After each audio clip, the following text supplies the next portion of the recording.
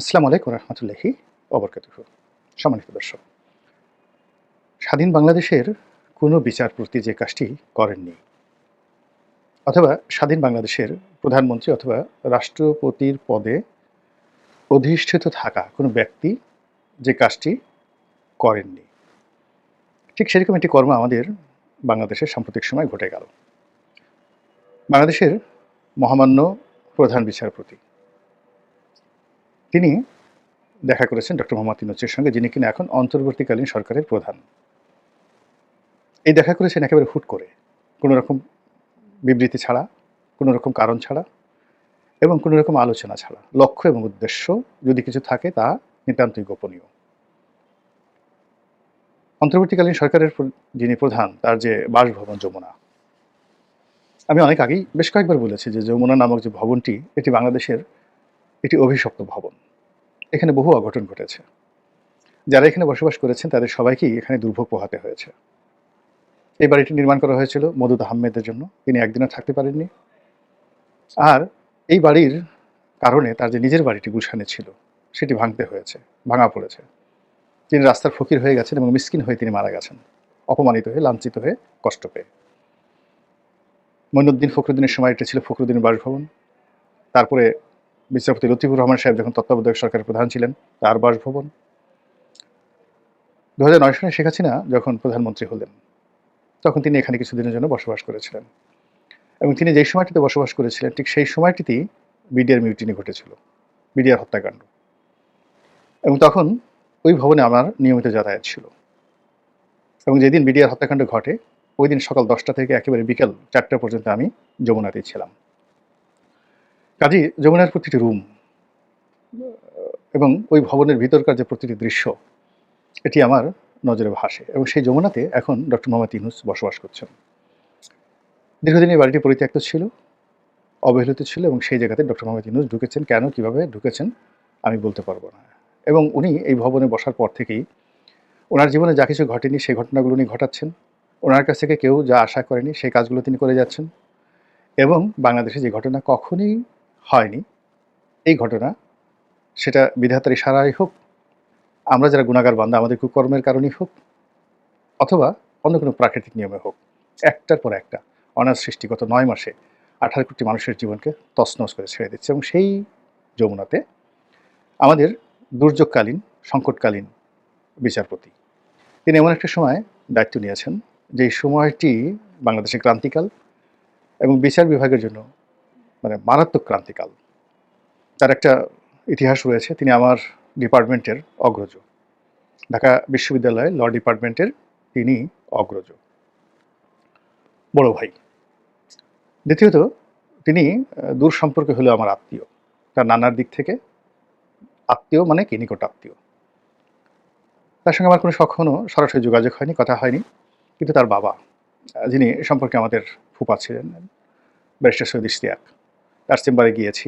তার মা জাতীয় অধ্যাপক সুফিয়া ইব্রাহিম, এবং তার নানা জাস্টিস ইব্রাহিম, তিনিও প্রধান বিচারপতি ছিলেন, পাকিস্তান সুপ্রিম কোর্টের প্রধান বিচারপতি ছিলেন, মানে এই বাংলাদেশ সুপ্রিম কোর্টের পূর্ববঙ্গের বিচারপতি ছিলেন, চিফ জাস্টিস। তারপর তিনি আবার ঢাকা বিশ্ববিদ্যালয়ের একই সঙ্গে ভাইস চ্যান্সেলরও ছিলেন। এবং তিনি আইয়ুব খান সরকারের সেন্ট্রাল মিনিস্টার ছিলেন, মানে ওনার নানা জাস্টিস ইব্রাহিম। আমার যে অফিস, এই যে পুরানা পল্টন, 33 তোপখানা রোড, এই পল্টন, এই বিল্ডিংটার মালিক খানে সবুর সাহেব। এই বিল্ডিংয়ের পেছনে যে জায়গাটি, এটি আমার দাদির যে ভাই আবুল হাসান সাহেবের। আবুল হাসান সাহেব ছিলেন পাকিস্তানের আইজি 1953 সালে।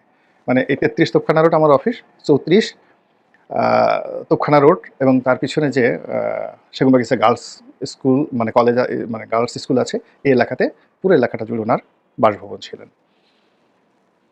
তারপর এই 34 নম্বরের পরে 33-এর পরে যেটি আছে আরেকটা প্লট, যেটা এখন ফারিস্ট বিল্ডিং, এই ফারিস্ট বিল্ডিংয়ে টি হোসেন সাহেবের, টি আলী সাহেবের, তোফাজ্জল আলী সাহেবের মানে বাসভবন ছিল।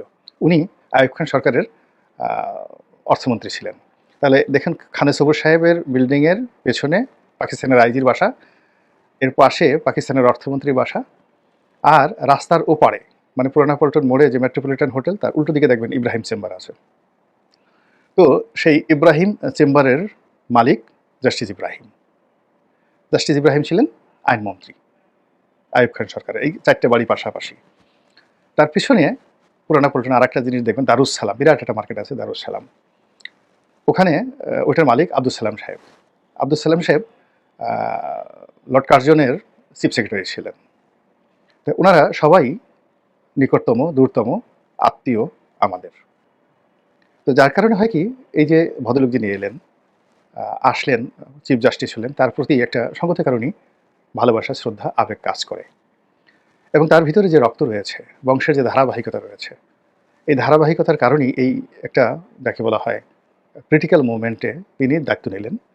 এবং তার নানার লিগেসি, তার মায়ের লিগেসি, তার বাবার লিগেসি, সব মিলিয়ে তার যে ব্যক্তিত্বময়তা, তার সঙ্গে এডুকেশনাল ব্যাকগ্রাউন্ড, কোর্ট অঙ্গনে তাকে নিয়ে নেতিবাচক কোনো কথা নেই। শ্রদ্ধা, ভালোবাসা এবং সম্মান আছে। তো কাজেই তিনি কেবলই মাত্র ব্যারিস্টার সৈয়দ ইশতিয়াক সাহেবের ছেলে অথবা জাস্টিস ইব্রাহিমের নাতি, জাতীয় অধ্যাপক শফি ইব্রাহিমের ছেলে তা নন। তিনি তার আপন গুণে অনন্য। তো সেই মানুষটির মর্যাদা তার নিজের, এবং তিনি যে চেয়ারে বসে আছেন, তিনি ডক্টর মোহাম্মদ ইউনূসের সঙ্গে দেখা করতে গেছেন, বা ডক্টর মোহাম্মদ ইউনূস আশা করেছেন, হোয়াট এভার মেবি, দুটোই খুব সেন্সিটিভ পোস্ট, এটি নিয়ে কথা বলবো না। কিন্তু এটা আমি খুব অবাক হয়েছি এই কারণে যে এরকম ঘটনা ঘটে না। যদি কোনো একটা অনুষ্ঠান থাকতো, সেই অনুষ্ঠানে তিনি যেতেন, তাদের দেখা হতো। সুপ্রিম কোর্টের কোনো একটি অনুষ্ঠানে, বিচারপতিদের কোনো অনুষ্ঠানে যদি যাকে বলা হয় ডক্টর মোহাম্মদ ইউনূস সাহেব আসতেন, তাহলে তাদের দেখা হলে খুব স্বাভাবিক একটা বিষয় ছিল। কিন্তু তিনি সরাসরি সেখানে গেলেন এবং তাদের সঙ্গে একটা বৈঠক হলো, এবং কেন হলো, কী কারণে হলো, কিচ্ছু জানি না। কিন্তু আমাদের যে কৌতূহলী মন অনেক কথা বলে। এর কারণ হলো, গত কয়েকদিনে ডক্টর মোহাম্মদ ইউনূসকে কেন্দ্র করে যে সকল ঘটনা ঘটেছে রাজপথে, ক্যান্টনমেন্টে, সচিবালয়ে এবং কূটনীতি পাড়ায়, এসবই লোমহর্ষক, লোম খাড়া হয়ে যায়। এবং এখন পর্যন্ত সেই জিনিসগুলো অব্যাহত আছে। এবং এর মধ্যে তিনি জাপান ভ্রমণে গেছেন 4 দিনের জন্য, যেখানে বাংলাদেশ চলছে না। কুরবানির হাটে গরু কুরবানি দেওয়ার জন্য মানুষ ভিড় করতে পারছে না, টাকা নেই। অনেকগুলো ব্যাংক, সেই অনেকগুলো ব্যাংক অনেক দিন যাবত অনেকগুলো ব্যাংকের অনেকগুলো ব্রাঞ্চ টাকা দিচ্ছে না। ফার্স্ট সিকিউরিটি ব্যাংক কয়েকটা ব্রাঞ্চে গিয়ে দেখেন গত 1 সপ্তাহ যাবত লেনদেন বন্ধ। আর এই সময়টাতে ডক্টর মোহাম্মদ ইউনূস তিনি গিয়েছেন জাপানে নতুন বিনিয়োগকারী আনার জন্য। মানে কি বলবো, ঠাট্টা মশকরা ফাজলামোর একটা সীমা আছে। দেখতেও পারি না, সহ্যও করতে পারি না, অঙ্গ জ্বলে যায়, মাথার মধ্যে কিলবিল করে ঘটনা। এরপরে কি হলো, ওনার সঙ্গে রাজনৈতিক নেতাদের বৈঠক হলো, সেখানে নিয়ে নানা রকম নাটক হলো। এরপর জামাতের নেতারা আবার ক্যান্টনমেন্টে গেলেন। শোনা কথা যে জামাত নেতা ছাড়া অন্যান্য ইসলামী সংগঠনে যারা নেতৃবৃন্দ রয়েছেন, তারাও সেনাপ্রধানের সাথে বৈঠক করেছেন। এরপর প্রধান বিচারপতির সঙ্গে আবার ডক্টর মোহাম্মদ ইউনূসের বৈঠক হলো। এর মধ্যে যে সকল কথা আসলো, সেটা হলো যে ডক্টর মোহাম্মদ ইউনূস যে শপথ পাঠ করেছেন, এটা বৈধতা হিসাবে সুপ্রিম কোর্টের একটা রেফারেন্সকে উল্লেখ করা হয়েছে। এবং জাতির প্রয়োজনে সুপ্রিম কোর্টের অ্যাপিলেট ডিভিশনের যে ফুল বেঞ্চ যেটিকে বলা হয়, সাবেক প্রধান বিচারপতি, আওয়ামী লীগের সাবেক প্রধান বিচারপতি, তার নেতৃত্বে অন্যান্য বিচারপতিরা যে রায় দিয়েছেন, সেই রায়টাকে আইনগত ভিত্তি হিসেবে সরকার মনে করে। এখন সাম্প্রতিক সময়ে এমন কিছু ঘটনা ঘটেছে, দেখা গেল যে সাবেক প্রধান বিচারপতি যিনি এবং অ্যাপিলেট ডিভিশনের সবচেয়ে সিনিয়র বিচারপতি, তারা দুজনেই ক্যান্টনমেন্টে ছিলেন ওই সময়টাতে। তো কাজেই সুপ্রিম কোর্টের যে রেফারেন্সটার কথা বলা হচ্ছে, সেটা নিয়ে ধোঁয়াশা তৈরি হয়েছে। এটা কীভাবে হয়েছে, আদৌ হয়েছে কিনা, এটা রেফারেন্স কোথায়, এবং আমরা শুনেছি যে এটা নিয়ে একটা রিটও নাকি হয়েছে, এটার কাগজ চাওয়াই নিয়ে। ঠিক এরকম ঘটনা যখন ঘটছে, তখন প্রধান বিচারপতি এবং ডক্টর মোহাম্মদ ইউনূস তাদের সাক্ষাৎ হলো। এরপর যে ঘটনাটা শোনা যাচ্ছিল যে শেখ হাসিনার পদত্যাগ, সেই পদত্যাগের পেপার নিয়ে আমরা অনেক কিছু শুনেছি। এবং রাষ্ট্রপতি নিজেই দেশের একজন শীর্ষ সাংবাদিকের কাছে বলেছে যে তিনি আসলে এরকম পদত্যাগপত্র এখন পর্যন্ত হার্ড কপি পাননি। এটি কার কাছে আমরা জানি না, তবে সোশ্যাল মিডিয়াতে শেখ হাসিনার সাইন ঠ্যান দিয়ে পদত্যাগপত্র আমরা বহুবার দেখেছি। এইটা শেখ হাসিনার সেই পদত্যাগপত্র। তো যাই হোক, এখন সেই পদত্যাগপত্র সবাই আমরা দেখেছি, কিন্তু যে ফাইলের মধ্যে থাকার দরকার, রাষ্ট্রপতির ফাইলের মধ্যে, সেই ফাইলের মধ্যে সেই পদত্যাগপত্রটি নেই। রাষ্ট্রপতি এটা বলেছেন মতিউর রহমান চৌধুরীকে, মানব জমিনের সম্পাদক, এবং তিনি আবার সেটা জাতির কাছে প্রকাশ করেছেন। তো এরকম যখন চলছে, ঠিক সেই সময়টাতে প্রধান বিচারপতি তার সঙ্গে দেখা করলেন। এরপর আর একটা ঘটনা ঘটল, সেটা হলো মহামান্য হাইকোর্টের যে অ্যাপিলেট ডিভিশন, সেই অ্যাপিলেট ডিভিশন থেকে জামাত নেতা এটিএম আজাহার সাহেব কুল্লু খালাস, একদম পুরো খালাস পেলেন। শুধু খালাস পেলেন না, সংক্ষিপ্ত রায়ে যে কথা বলা হয়েছে, তাতে আগে যে অ্যাপিলেট ডিভিশনে যে বিচার, সেই বিচার প্রক্রিয়াকে অবশ্যই অস্বীকার করা হয়েছে, সেটাকে ভুল বলা হয়েছে এবং সেখানে আরও যে সকল মন্তব্য করা হয়েছে সে সকল মন্তব্যের ফলে যুদ্ধাপরাধীদের যে বিচার, পুরো বিচার প্রক্রিয়াটি যেটা শেখ হাসিনা জমানাতে হয়েছিল সেটি প্রশ্নের মুখোমুখি হয়েছে। তো এসব মিলিয়ে স্পর্শকাতর কতগুলো বিষয় সামনে চলে এসেছে। এগুলো ইজ্জত কা সওয়াল হ্যায়, এগুলো অস্তিত্বের প্রশ্ন, ম্যাটার অফ সার্ভাইভাল এবং যাকে বলা হয় matter of pride and Prestige. সব কিছুতে কোথায় যেন একটা আঘাত, কামড়াকামড়ি সব কিছু লেগে গেছে। সুপ্রিম কোর্টের পক্ষ থেকে রেজিস্ট্রার অফিস রয়েছে, রেজিস্ট্রার জেনারেল অফিস রয়েছে। যেমন সেনাবাহিনীর অনেক গুরুত্বপূর্ণ বিষয় নিয়ে আইএসপিআর বক্তব্য দেয়, তেমনি বিচার বিভাগের প্রতিটি বিষয় নিয়ে রেজিস্ট্রার অফিস বা রেজিস্ট্রার জেনারেলের অফিস সেখান থেকে বিবৃতি ইস্যু হয়। অ্যাটর্নি জেনারেলের অফিস রয়েছে, পলিটিক্যাল ম্যাটারগুলো, রাষ্ট্রের ব্যাপার, সরকারের ব্যাপার তারা বলে, আর সুপ্রিম কোর্টের বিষয়গুলো রেজিস্ট্রার অফিস থেকে বলা হয়। তো প্রধান বিচারপতি মহোদয়ের যে সাক্ষাৎ, সেই সাক্ষাতের ব্যাপারে আসলে আমরা নাইদার ডক্টর মোহাম্মদ ইউনূসের অফিস থেকে, নাইদার সুপ্রিম কোর্টের রেজিস্ট্রার জেনারেলের অফিস থেকে, অথবা আমরা যে অ্যাটর্নি জেনারেলের অফিস সেখান থেকে কোনো বক্তব্য পাইনি।